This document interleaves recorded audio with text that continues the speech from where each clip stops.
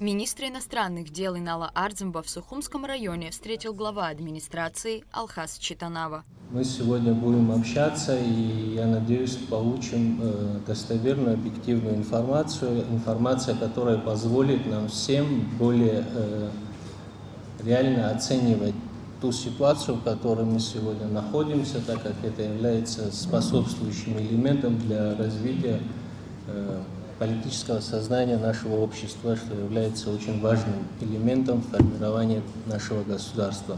В ходе встречи с общественностью нового района и старого поселка, а также активом администрации Сухумского района, Инал Ардзимба особо отметил роль России в развитии Абхазии.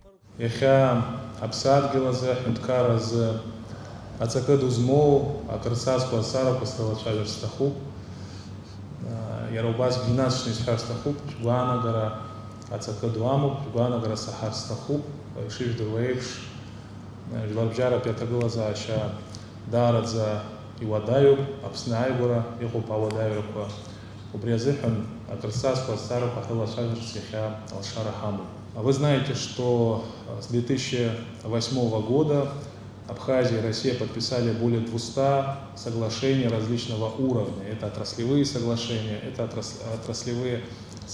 которые в значительной мере облегчают нашу жизнь, помогают решать отраслевые секторальные проблемы. Были подписаны два фундаментальных договора. Договор 2008 года и договор 2014 года. Как раз все остальные соглашения, они в значительной мере основываются и базируются на этих двух соглашений. Поэтому с точки зрения нормативно-правовой базы она укрепляется, и слава Богу, создаются новые правовые условия для того, чтобы Республика Абхазия и Российская Федерация работали эффективно, развивали межгосударственный диалог. Министр иностранных дел отдельно подчеркнул важность информационного сопровождения вопросов внутренней политики республики в развитии взаимоотношений с Россией. Глава ведомства также отметил важную роль добровольцев из России в Отечественной войне народа Абхазии. Я бы хотел, конечно, призвать к адекватному анализу всех тех инициатив, которые возникают. И информационное сопровождение некоторых процессов, оно наносит ущерб нашему диалогу, это абсолютная правда. Я вам говорю сегодня от сердца, я вам говорю как есть. Я не собираюсь вас сегодня обманывать. Если кому-то нужна дополнительная информация, то всегда можно уточнить у представителя президента России, у посла Российской Федерации в Республике Абхазия. И он вам тоже подтвердит, что, конечно, нужно очень осознанно, очень грамотно и по-экспертному относиться к инициативам. А перед тем, как делать выводы, нужен серьезный анализ. Сначала исследование, потом уже вывод. У нас, к сожалению, эмоции впереди паровоза. Внутренняя политика оказывает в нашей стране особенно огромное воздействие на именно внешнюю политику. И поэтому приходится это комментировать. Мы наблюдаем все-таки определенные фобии. На каком основании эти фобии рождаются, мне не очень понятно. Не очень понятно, фобии ли это, может быть, это все-таки внутриполитические манипуляции. Инал Ардзимба процитировал слова первого президента Республики Абхазия об отношениях между Россией и Абхазией. Он подчеркнул, что несмотря на напряжение в абхазо-российском диалоге в 90-х годах прошлого века, Владислав Ардзимба отмечал важность тесных отношений с Российской Федерацией. Владислав Григорьевич пишет: «Известно, что наш народ и руководство Республики Абхазия не раз заявляли о своем стремлении к установлению самых тесных отношений с Российской Федерацией, считая, что такая интеграция отвечает национальным интересам Абхазии. По нашему мнению, наиболее удобной формой возможных взаимоотношений с Россией могла бы стать модель ассоциированного государства. Сохраняя независимость, Абхазия готова строить совместно с Россией свою внешнюю и оборонную, в том числе охрану границ, политику. Мы также стремились к заключению валютного и таможенного союза. Такая модель не только способна обеспечить безопасность и свободное экономическое развитие Абхазии, но и, на наш взгляд, отвечает интересам национальной безопасности самой России. Руководство Абхазии благожелательно относилось к процессу принятия гражданами Абхазии второго российского гражданства. Помимо того, что этим снимаются такие проблемы, как свободное передвижение наших граждан и развитие экономического сотрудничества, гражданство России налагает на последнюю определенные обязательства по защите их прав и безопасности. В связи с этим в марте 2002 года я направил обращение президенту России Путину с просьбой рассмотреть вопрос об установлении ассоциированных отношений с Абхазией. Эта модель взаимоотношений имеет международные аналоги, и на наш взгляд такие отношения являются единственной гарантией безопасности нашего государства и народа, а также необходимым условием развития экономики республики, ориентированной на Россию. Мы надеемся, что это обращение найдет вашу поддержку. Обращение было опубликовано в газете «Республика Абхазия» в марте 2002 года. Инал Ардземба отдельно подчеркнул важность безопасности на Южном Кавказе, прокомментировал ход женевских дискуссий и сценарии дальнейших действий Грузии. Что касается Грузии, Грузия имеет два сценария по отношению к Абхазии. Первый сценарий называется «вовлечение без признания». Это так называемая мягкая сила. Грузины при поддержке американцев исходят из того, что за счет бесплатного здравоохранения, за счет работы вот этих неправительственных международных организаций, они смогут привлечь наших людей, вовлечь наш народ и таким образом решить, как они говорят, проблему Абхазии. Это мягкий сценарий, это то, что мы видели во многих постсоветских странах, это произошло, к сожалению, в той или иной модификации. Это вот первый такой сценарий грузин. Но второй сценарий грузин остается в действии. Это сценарий военного решения абхазского вопроса, как они говорят. В связи с этим Грузия тратит сотни миллионов долларов на наступательные вооружения.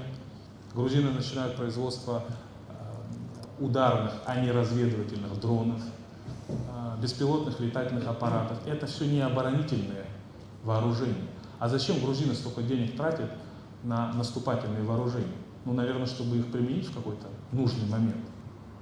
Когда в России была попытка военного мятежа, мы получили соответствующую информацию о том, что как только в России изменится ситуация, грузины были готовы осуществить наступательную операцию по отношению к нашей стране. Уже готов план этой операции с использованием тех самых атакующих дронов и так далее. И слава Богу, что в России ситуация стабилизировалась благодаря роли президента России и президента Республики Беларусь. В завершении встречи жители района задали Иналу Ардземба ряд вопросов. В частности, Инал Ардземба ответил на вопрос, касающийся широко обсуждаемого закона об апартаментах. Вы предлагаете, я хотела бы так сказать, это дать взятку России в виде недвижимости в Абхазии. Это мое личное рассуждение, можете воспринимать как хотите. При этом вы говорите о большой влиятельной диаспоре в Грузии. Если достаточное количество российских граждан будет обладать собственностью в Абхазии, учитывая влияние грузинской диаспоры в России, и вспоминая цитату Владислава Григорьевича о генерале Кондратьеве, насколько мы рискуем оказаться в такой ситуации, когда влиятельная грузинская диаспора сможет оказать большое влияние на собственников недвижимости в Абхазии, российских граждан. Что такое журналистика, Марьяна? Журналистика, вы же сами представились вначале как общественный деятель или член общины, а во второй очередь вы сказали, что вы журналист. Значит, журналистика – это объективное освещение социальной действительности. Согласны с вами? А подача вашего вопроса далека от объективности. Во-первых, вы меня обвинили, что я кому-то взятку предлагаю, вы уже и судья, вы уже и приговор мне вынесли. Это неправильный подход. Я никаких взяток никому не предлагал. Я сказал, что мы находимся у критической точки, это правда. В самое ближайшее время все у нас может поменяться. Сейчас мы с вами сидим спокойно до первого пролетевшего над головой дрона. Что касается темы жилья. Тема жилья, я вам напомню, возникла не сегодня. Она обсуждалась при предыдущей власти. Я тогда работал в администрации президента России. И обсуждалась прямая продажа жилья. А сейчас обсуждаются другие формы, слава Богу. И политика искусства возможного. И всегда нужно искать правильный компромисс. Исходя из текущих реалий, исходя из текущей военно-политической ситуации мы должны адекватно и спокойно анализировать. Если мы говорим про апартаменты, что нам мешает собрать людей, собрать экспертов, не тех людей, которые пытаются заработать дешевые политические очки, не их мнение не интересно вообще. Нам нужно собрать людей, которые являются экспертами в этой сфере, которые умеют строить экономические модели и тихо, спокойно, как говорится, за закрытыми дверями определить, нужно нам это или нет. А если нам не нужно, а где нам взять деньги на перевооружение армии? И поэтому, исходя из реалий, правительство и президент ищут возможности, чтобы наполнить доходную часть нашего бюджета. Но нет у нас никаких возможностей других, к сожалению. Спасибо. Когда мы говорим про союз писателей, который тоже написала письмо и сказать, что они подали просто эмоции, есть риски. Что касается союза писателей, вот скажите мне, пожалуйста, писатели у нас экономисты? Что если экономисты проведут совещание, экспертизу, построят модели, посмотрят, как это будет влиять на демографию, и мы хотя бы один раз в жизни добьемся научно обоснованного результата, а потом уже примем политическое решение. Встреча министра иностранных дел с общественностью и представителями районных администраций и собраний в районах и городах республики продолжится на следующей неделе. Рада Чачава, Джамбул Чхапелия, Абхазское телевидение.